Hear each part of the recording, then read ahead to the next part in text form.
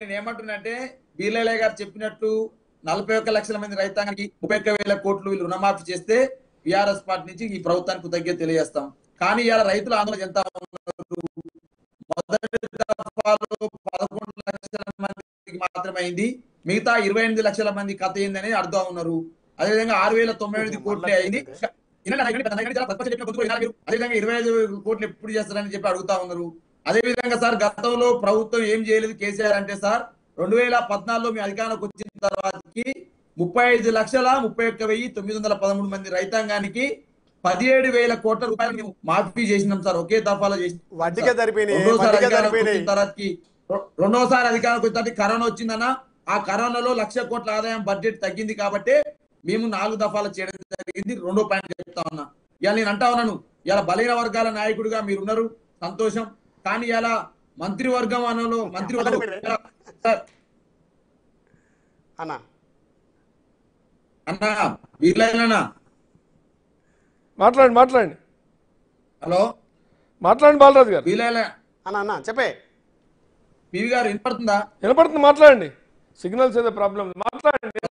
నేను ఏమంటున్నంటే 2-3 అంశాలని స్పష్టంగా ఈ మీడియా మీ దృష్టికి తీసుకొస్తా ఉన్నాను. కాంగ్రెస్ పార్టీకి ఇవాళ రైతులకు సంబంధించి రేషన్ కార్డు అనేది అదేవిధంగా అదే కుటుంబానికి పాస్బుక్ ఆధారంగా తీసుకున్నారా, రేషన్ కార్డుని ఆధారంగా తీసుకున్నారా?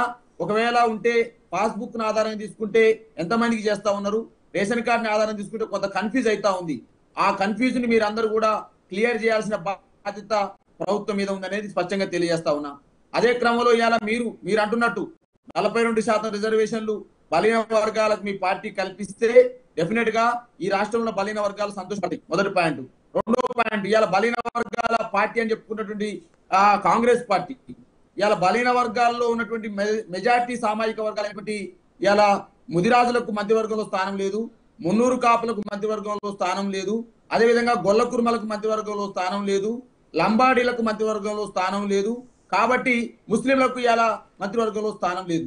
కాబట్టి మీరు 42% రిజర్వేషన్లు కల్పించాలని చెప్పేసి మేము ఇవాళ బిగ్ టీవీ ద్వారా బీఆర్ఎస్ పార్టీ నుంచి విజ్ఞప్తి చేస్తా ఉన్నాం. అదేవిధంగా మంత్రివర్గంలో ఏ కులాలకైతే ప్రాతినిధ్యం లేదో బలహీన వర్గాల్లో మేజర్ కులాలకు ఆ ప్రాతినిధ్యాన్ని కల్పించాల్సిందిగా డిమాండ్ చేస్తా ఉన్నాం. అదే క్రమంలో ఇవాళ అంటా ఉన్నాం, బీర్లయ్య గారు మీరు ఒక్కరు గొల్ల కుర్మ నుంచి ఒక ఎమ్మెల్యేగా మీరు ఉన్నారు, ఎందుకు మీరు మంత్రిగా మిమ్మల్ని తీసుకోలేరు? ఖచ్చితంగా మేము అడుగుతా ఉన్నాం. ఇలా గొల్ల కుర్మలకు మంత్రివర్గంలో స్థానం లేకపోవడం వల్ల నేను మాజీ కార్పొరేషన్ గా చైర్మన్ గా పనిచేసినాను. ఇలా డీడీ వాపస్ చెప్తున్నారు. డీడీ అధికారులు లేదు. కనీసం 37 కార్పొరేషన్ చైర్మన్ వేస్తే పివి గారు కనీసం ఒక్క గొల్ల కుర్మకు సంబంధించినటువంటి ఒక కార్పొరేషన్ చైర్మన్ ఇవ్వలేరు. మంత్రివర్గంలో స్థానం లేదు. గొల్ల కుర్మలకు సంబంధించిన డీడీల మీద స్పష్టత లేదు. అదేవిధంగా గొర్రెలు ఇస్తారా లేదా 2 లక్షలు ఇస్తామన్నారు డీబీటీ పద్ధతిలో, దాని మీద స్పష్టత లేదు. మరి అలా బీసీలకు సంబంధించి 42% రిజర్వేషన్ అంటున్నారు, ఎప్పుడు ఇస్తారో తెలియని పరిస్థితి ఉంది. కాబట్టి అన్ని అంశాల పట్ల మీరు ఇచ్చిన హామీల పట్ల రైతాంగానికి ఏదైతే హామీలు ఇచ్చిండ్రో కౌలు రైతులకు సంబంధించి 15,000, వ్యవసాయ కూలీలకు సంబంధించి 12,000, కింటాకు 500 బోనస్, కుటుంబానికి 200 యూనిట్ల ఉచిత విద్యుత్, లేని ఇళ్ల స్థలం 5 లక్షలు, ఉద్యమకాలం 250 గజాలు అవన్నీ ఉంటాయి. అవన్నీ 5 సంవత్సరాలు ఎజెండాలో భాగంగా అమలు చేస్తలేదు. ఇప్పుడు రేపొద్దున అసెంబ్లీ సమావేశాలు ఏం రాబోతున్నాయి ఏంటి అనేటువంటిది ప్రధానంగా మనం డిస్కషన్ చేయబోతున్నాం. పార్టీ ఫిరాయింపుల గురించి కావచ్చు, ఇంకోటి కావచ్చు. లక్ష్మణ్ గారు ఇందాక మీరు కొన్ని విషయాలు చెప్పారు. అంటే కీలుగుర్రం మీద ఉన్నారు అంటే అమలు చేసినవి కూడా కనపట్టలేదా? 500 రూపాయలకు గ్యాస్ ఇచ్చింది కనపడలేదా? 200 రూపాయలు 200 వినపట్లేదా? మా వాళ్ళు ఏందో మరి ఎక్కడ ప్రాబ్లం వస్తుందో పీసీఆర్ ఇద్దరు వినపట్లేదు అన్నారు బాబు. ఎవరు ప్రాబ్లం? మందా వాళ్ళది? సరిగ్గా అక్కడ ఎందుకుంటుంది రోజు రెగ్యులర్గా వచ్చేది?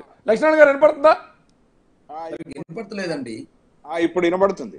రైట్ లక్ష్మణ్ గారు, అంటే ఇప్పుడు ఇందాక కీలుగుర్రం అన్న దాని మీద ఐలే గారు ఒక మాట అన్నారు, అమలు అవుతున్నవి కూడా మీకు కనపట్టలేదా? అమలు చేసినవి కూడా అమలు కానివంటే అమలు చేయాలని అడగచ్చు, కానీ అమలు అవుతున్న వాటిని కూడా అసలు ఏమి అమలుగా అన్నట్టుగా ఇవి ఒప్పుకొని అవి అడగటం వేరు, అసలు ఇవేమి అమలు కావట్లేదు కాబట్టి అనా, లేకుంటే ఇవి అమలు అయ్యే గురించి మాకెందుకు